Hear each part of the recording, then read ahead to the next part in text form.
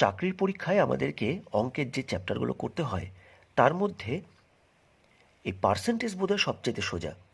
দেখো, এই অঙ্কগুলোকে যদি আমরা একটু সোজাভাবে ভাবি তাহলে কিন্তু খুব কম সময়ে 1 সেকেন্ড কি 2 সেকেন্ডের মধ্যে আমরা অঙ্কগুলো করে ফেলতে পারি। দেখো, এখানে বোর্ডে যে অঙ্কটা দেখতে পাচ্ছ, 22% অফ 50 ইজিক্যাল টু কত? তোমরা জানো পার্সেন্টেজ মানে হচ্ছে ডিভাইডেড বাই 100। তাহলে 22% মানে কত? 22/100। আর অফ মানে হচ্ছে গুণ। এবার 50 বসিয়ে দাও, কাটাকুটি করো, 2, এটা 11। তাহলে 22% অফ 50, এটার উত্তর কত দাঁড়ালো? 11। দেখো অঙ্কটা আসলে কতটা সোজা।